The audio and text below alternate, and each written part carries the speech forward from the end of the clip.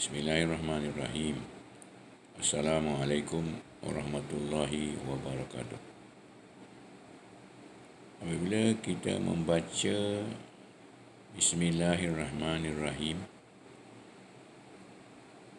mari kita perhatikan pada kalimahnya yang ketiga. Apakah kalimah yang ketiga daripada ayat Bismillahirrahmanirrahim?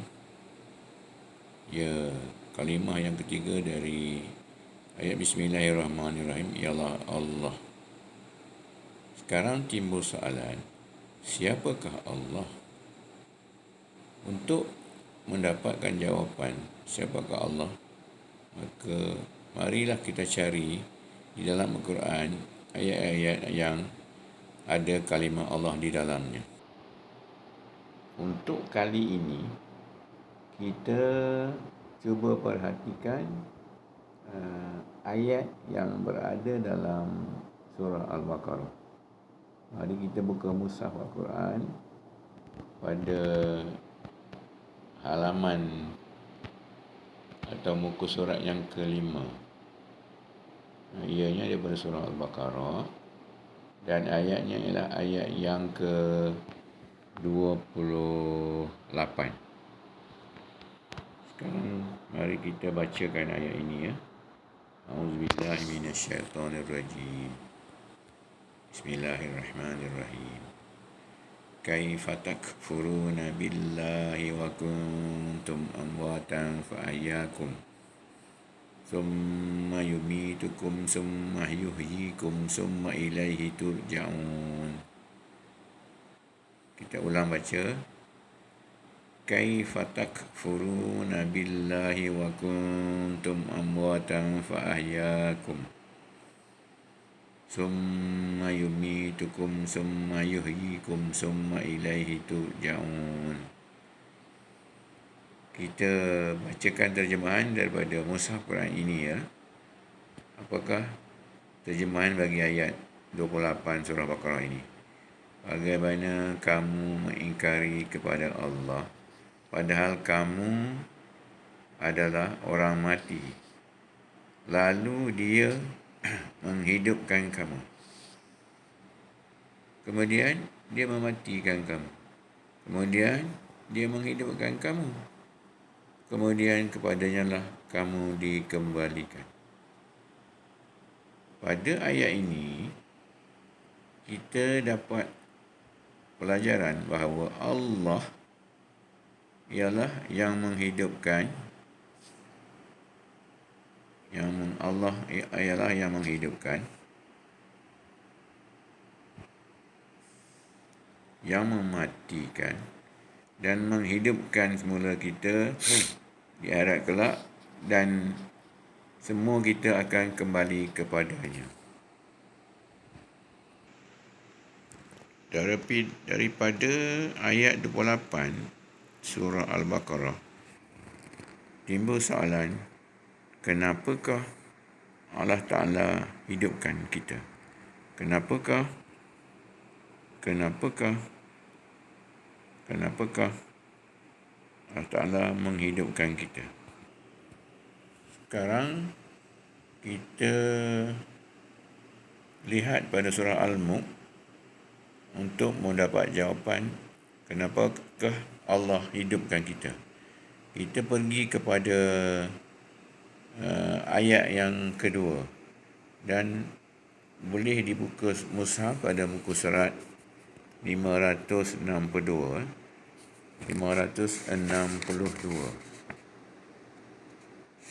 Surah Al-Mulk, surah 67. Ayatnya ayat yang kedua. Kita baca ayat ini ya. A'udzubillahi Bismillahirrahmanirrahim. Alladzi khalaqal mauta wal hayata liyabluwakum ayyukum ahsanu amala wa huwal azizul ghafur. Kita baca sekali lagi. Alladzi khalaqal mauta wal hayata liyabluwakum ayyukum ahsanu amala wa huwal azizul ghafur. Sekarang kita bacakan terjemahan yang ada dalam mushaf ini, ya.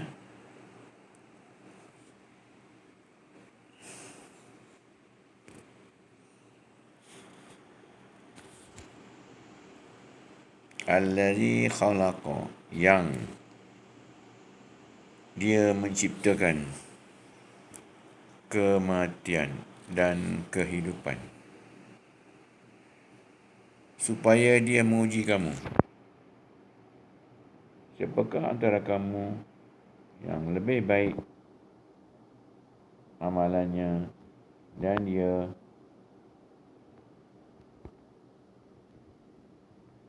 dia adalah Maha Perkasa lagi Maha Pengampun. Maka dari ayat 2 surah Al-Mulk ini dapatlah dipahami bahawa Allah Ta'ala hidupkan kita adalah untuk menguji siapakah di antara kita yang lebih baik amalannya. Sekarang timbul pula soalan, apakah contoh amalan yang baik? Apakah amalan yang terlebih baik? Mari kita cari jawapan dia. Mari kita cari jawapan bagi soalan, apakah amalan yang lebih baik? Sekarang kita melihat pada surah Fussilat. Kita lihat jawapannya pada surah Fussilat, surah 41 di dalam mushaf pada muka surat 480. Muka surat 480 dan pada ayat yang ke-33. Sekarang kita bacakan ayat ini, ya. Ayat 33 dari surah Fussilat. Ya. Surah 41. Dan kita baca, auzubillahi minasyaitonirrajim. Wa man ahsanu qawlan mimman da'a ilallahi wa amila salihan wa qala innani minal muslimin. Kita ulang baca. Wa man ahsanu qawlan mimman da'a ilallahi wa amila salihan wa qala innani minal muslimin. Sekarang kita bacakan terjemahannya seperti yang tercatat pada mushaf ini. Waman, dan siapakah, ahsanu, yang lebih baik, qaulan, perkataan, mimman, daripada seseorang yang da'a, dia menyeru, ilallah, kepada Allah, wa amila, serta dia mengerjakan, salihan, kebaikan, wa qala, dan dia berkata, innani, sesungguhnya aku, minal muslimin, daripada orang-orang yang berserah diri. Jadi dapatlah disimpulkan bahawa Allah Ta'ala hidupkan kita adalah untuk menguji siapakah yang lebih baik amalannya. Dan contoh amalan yang lebih baik ialah perkataan, perbualan, ngobrol-ngobrol adalah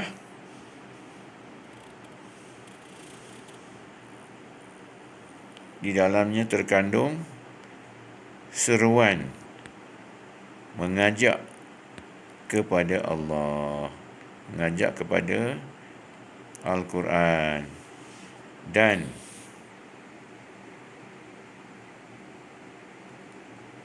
mengajak kepada melakukan amalan soleh, dan dia juga melakukan amalan soleh, dan dia berkata, sesungguhnya aku daripada orang-orang yang berserah diri. Begitulah tadarus tadabbur kita pada kali ini. Dengan ringkasannya daripada Bismillahirrahmanirrahim, dan kita rujuk kepada ayat 28 dari surah Al-Baqarah.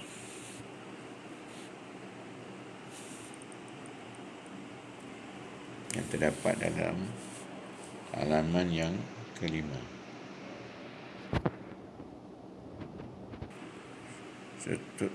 Seterusnya kita rujuk kepada surah Al-Mulk ayat yang kedua di mushaf pada muka surat 562, daripada surah Al-Mulk ayat yang kedua. Seterusnya kita pergi kepada surah Fussilat dalam mushaf pada muka surat 480 pada ayat yang ke-33. Ayat 33. Sekian saja. Assalamualaikum warahmatullahi wabarakatuh.